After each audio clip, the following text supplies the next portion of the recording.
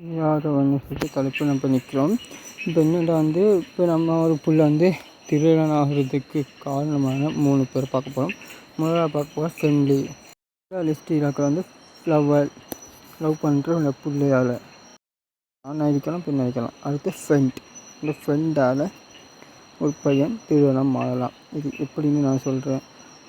இப்போ லவ்வரை பற்றி பார்க்கலாம். லவ்வரை பார்க்கும்போது புருஷன் நமக்கு என்ன செய்யணும் அப்போ இப்படி நடந்துக்கொண்டு ரொம்ப ஆசைப்படுத்தப்பில்லை. ஆனால் லவ்வர் இப்படி தான் இருக்கணும் எனக்கு நினைச்ச மாதிரி எல்லாம் பண்ணி தரணும்னு நீங்கள் நினைக்கிறேன் தப்பு. ஏன்னால் அவங்களுக்கு லவ்வர் தான், உங்களை தாலி கட்டின புருஷன் இல்லை. சரியா? அவன் உங்களை லவ் பண்ணிக்கலாம். ஆனால் அவனை நீங்கள் உங்களுக்கு பிடிச்ச மாதிரி மாற்ற நீங்கள் ட்ரை பண்ணலாம். ஆனால் அவங்கக்கிட்ட உங்களுக்கு தேவையான பணத்தை நீங்கள் கேட்டு வாங்கலாம். ஆனால் அவன் இல்லைன்னு சொல்லும்போது உங்கள்கிட்ட அவனை வற்புறுத்தி வாங்கிறதுக்கான எந்த ஒரு ரீசன்ஸும் இல்லை. ஏன்டா அவன்கிட்ட எந்த அளவுக்கு சம்பளம் இருக்குன்னு அவனுக்கும் தெரியும். அவனுக்கு கொடுக்க முன் வராட்டி அவன் திருநாளம் கூட மாறுறதுக்கு அதிக வாய்ப்பு இருக்குது. இது ஒரு லவரால். ரெண்டாவது அவனோட ஃப்ரெண்டு.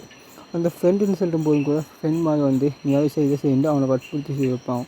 இப்படி செய்யும்போது அவனுக்கு ஒரு ஃப்ரெண்டு தொல்லை தாங்கலாமல் திருநாளம் மாறுறதுக்கு அதிகமான வாய்ப்புகள் இருக்கிறது.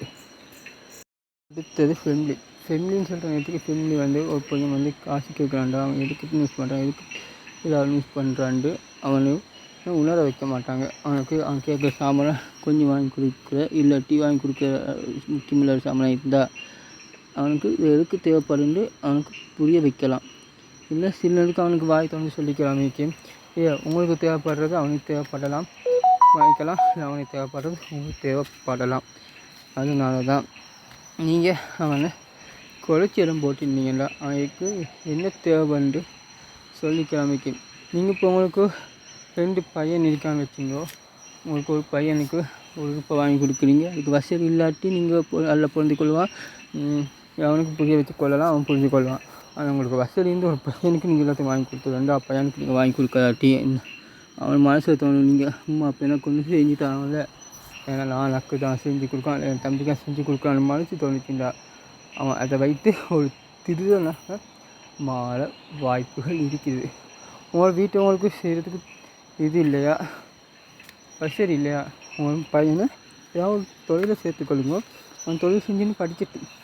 அப்படி இருக்கும்போது அவனுக்கு கஷ்டம் வரும். அவனுக்கு தேவையான சாமானை வாங்கியும் கொள்வான். ஆனால் அவன் திருடனை மாறத்துக்கு ஒரு பேசுறது வாய்ப்பு இருக்காது. இதுதான் அஸ்ஸலாமு அலைக்கும். நான் உங்கள் ஃபஸ்ட்